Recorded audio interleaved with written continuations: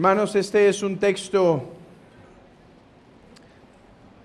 en donde las consecuencias del pecado son claramente visibles.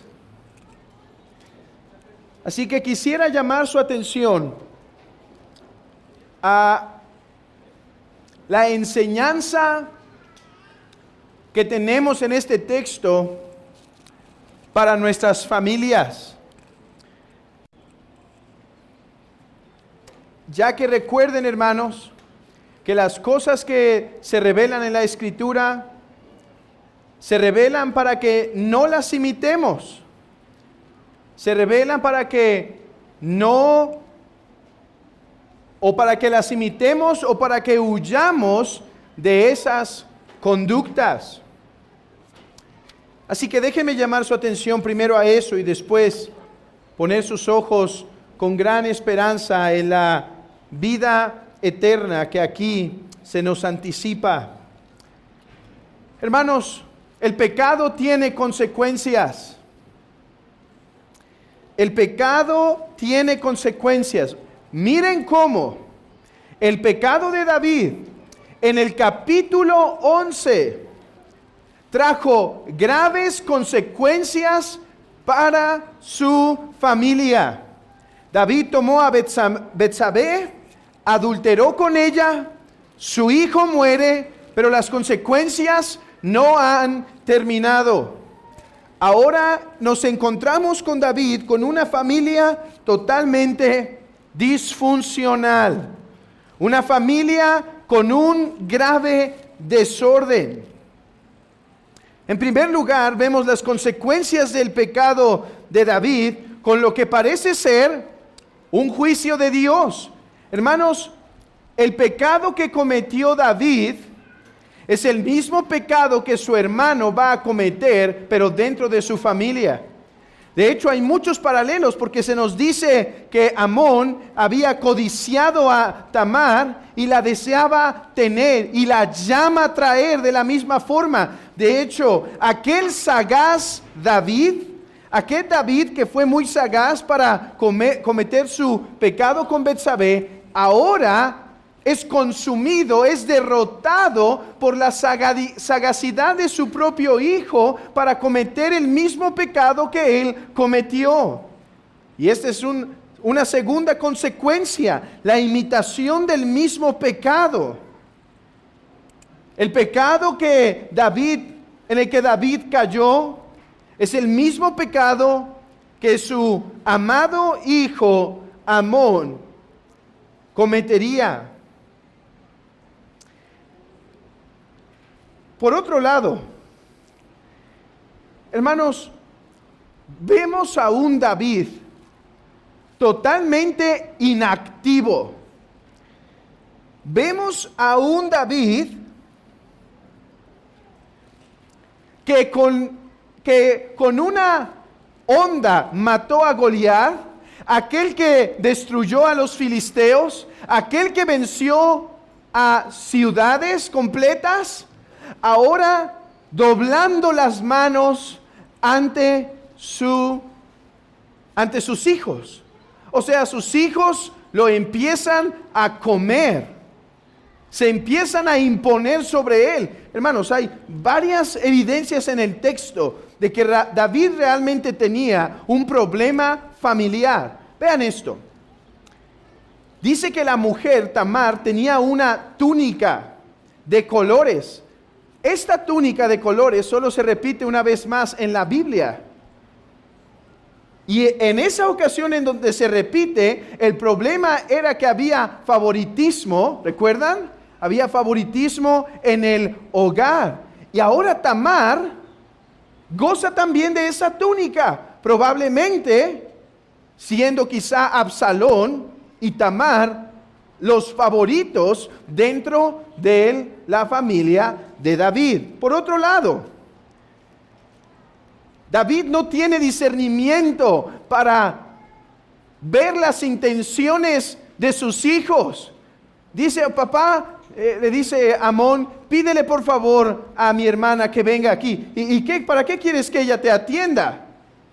Mis hermanos, vemos a un David totalmente lleno de la inocencia. Y bien dijo un hombre, un predicador, si no me equivoco, ¿cómo se llama este? Kevin Swanson, este hombre reformado. Creo que él fue quien dijo que la inocencia de los hijos termina cuando comienza la de los padres. Y es justamente así. Cuando el padre cree, no, ¿cómo mi hijo va a hacer eso? Mi hijo es incapaz. Y ahí está el padre inocente, creyendo, ¿cómo es que su hijo haría una maldad en lo absoluto? Dice, cuando comienza la inocencia con el padre, se termina con el hijo. Por otro lado, hermanos, no solo un David inocente, sino Amón comete un grave pecado. David debía castigar a Amón por su falta. De hecho, la ley requería de David que castigara con muerte a su hijo. Pero ¿cómo? Decimos, ¿cómo es que los padres deben ser tan firmes y tan fuertes con el pecado de los hijos? Bueno, ¿qué hizo David? Doblegó las manos, esas manos callosas, poderosas para destruir naciones, las doblegó completitas ante sus hijos, diciendo, y no dando castigo. Y entonces, ¿qué pasó? Bueno, el tierno David, porque así debe ser el padre, lleno de ternura e inocencia, el tierno David termina provocando más pecado en su familia y homicidios. Hermanos, ¿cuánto desorden en la familia del gran rey David? ¿A qué somos llamados entonces al ver este desorden, al ver tanto pecado en la familia de David? Somos llamados a prestar atención a nuestro hogar. Somos llamados, mis hermanos, a guardarnos de nuestros pecados. Una razón para guardarnos y huir del pecado es la gloria de Dios y el bienestar de nuestra alma. Pero otra razón para huir del pecado, hermanos, debe ser el deseo de que nuestros hijos no imiten nuestros pecados, sino que vayan caminando hacia con Dios. No nos sorprendamos. No nos debemos sorprender cuando vemos un hijo quizá adicto, si el padre era adicto. No debemos sorprendernos de hijos mentirosos cuando lo que veía en su casa era la mentira constante, esas pequeñas mentirillas, quizá como las podemos llamar en ocasiones. Simplemente dile al teléfono que no estoy. Somos llamados, hermanos, a cuidar nuestra conducta en el hogar, deseando que nuestros hijos no imiten nuestro pecado, sino nuestra integridad. En segundo lugar, somos exhortados a ser llenos de la palabra y de la sabiduría del Espíritu Santo para no dejarnos guiar por la inocencia de nuestros queridos hijos. Mis hermanos,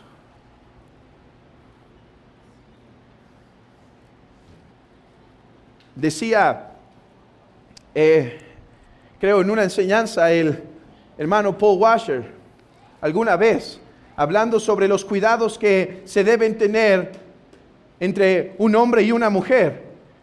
Y le decía, ¿y qué? ¿No le tienes confianza a tu hijo para dejarlo solo con una muchacha? Y él dice, no, ni tengo confianza en mí mismo para estar solo con una muchacha en un cuarto. ¿Por qué voy a exponer a mi hijo a esa circunstancia? Seamos celosos en cuidar a nuestros hijos, en poner atención a sus prácticas, en no dejarnos llevar por cómo él no puede hacer eso. Porque, hermanos, repito, cuando hemos comido toda inocencia, seguramente nuestros hijos ya la perdieron toda. Y por último, somos llamados a atender el pecado de nuestra casa. Si no atendemos el pecado de nuestra casa, más pecado va a venir. Si no disciplinamos al niño cuando está joven, cuando es pequeño, entonces después traerá más grandes males. Hermanos, aprendamos en esta enseñanza el peligro de no tratar el pecado como Dios manda. David se dio por el amor a su hijo Amón, pero lo que provocó fue homicidios en su hogar.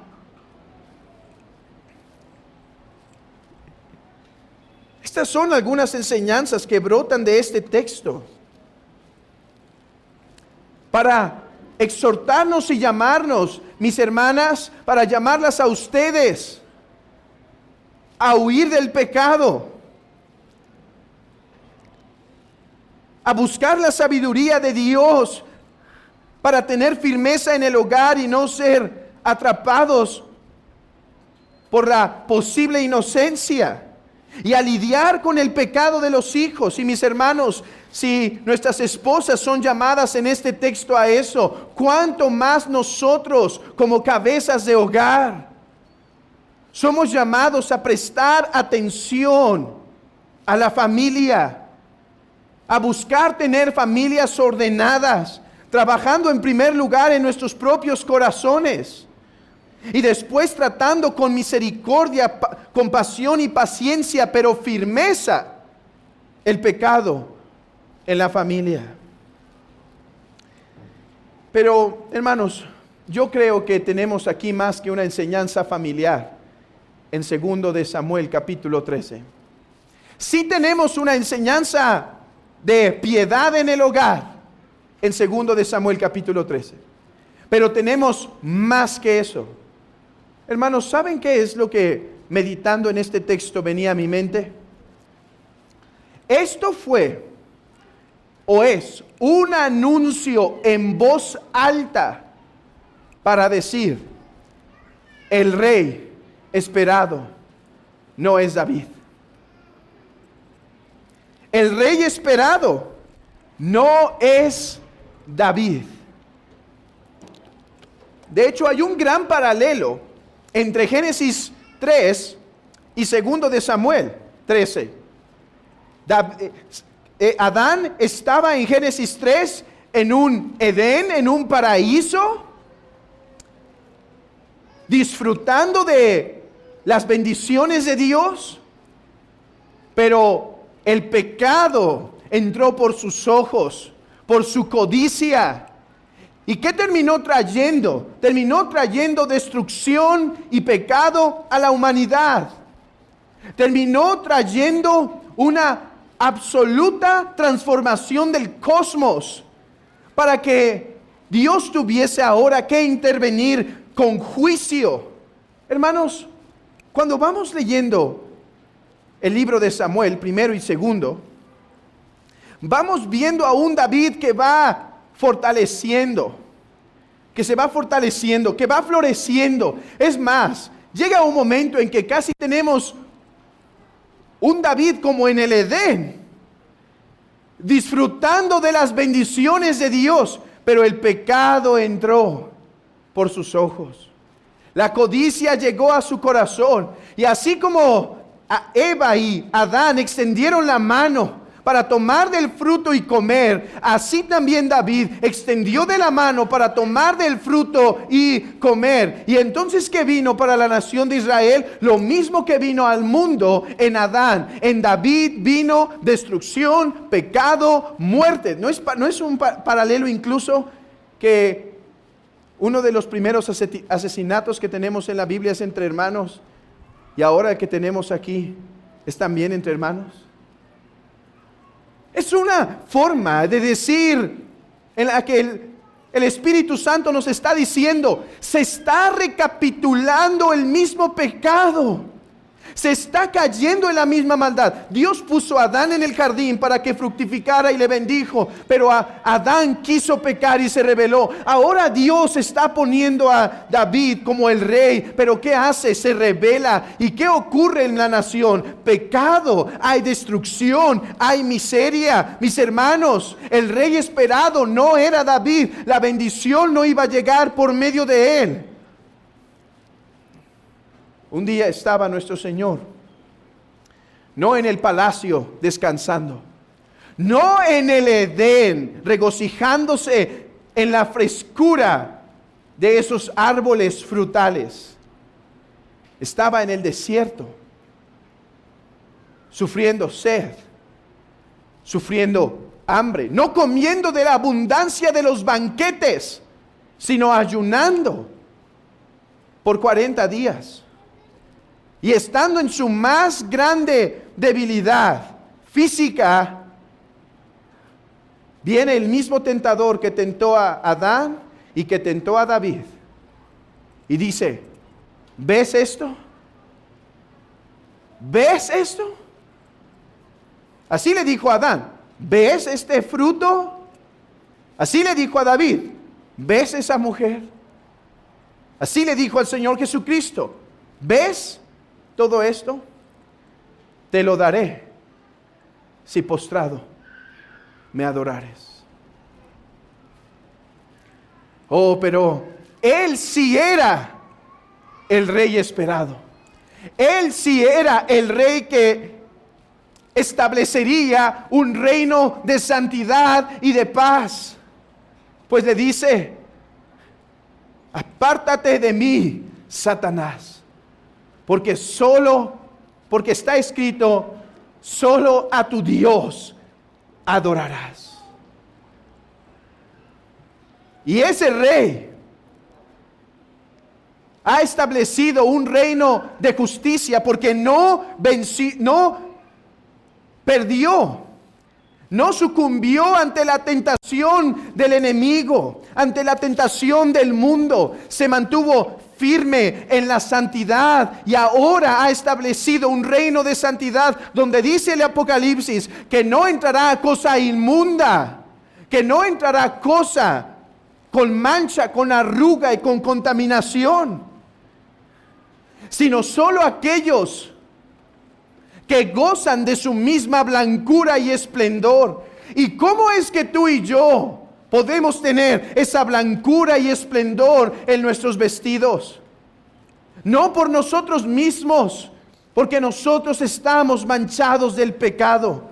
Pero además de vivir perfectamente, nuestro Señor murió en la cruz por nuestros pecados para darnos acceso a nosotros los pecadores ante su reino de santidad, ante su reino de justicia. Y ahora, si el pecador cree y se arrepiente de sus pecados, es vestido espiritualmente con estas vestiduras relucientes para que pueda entrar a ese reino de justicia. ¿Estás vestido para ese reino? ¿O sigues en tus harapos? ¿Estás vestido o sigues en esas vendas que cubren la putrefacción de tus heridas? ¿Estás vestido con la santidad de Jesucristo? Oh, mis amados hermanos, David falló, Adán falló, Israel falló. Mis hermanos, Jesús venció, Jesús conquistó y tenemos la esperanza de un reino eterno y perpetuo por causa de su perfecta obra por nosotros, los pecadores. Mis hermanos, aliéntense con estas palabras, porque cuando más vemos las fallas de David, más vemos la gloria de Cristo. Mientras más contemplamos la miseria de David, más reluce la perfección de nuestro victorioso Rey y Salvador, el Señor Jesucristo. Alabemos, adoremos a nuestro Señor y consolemos nuestros corazones con esta esperanza que tenemos del reino venidero. Amén.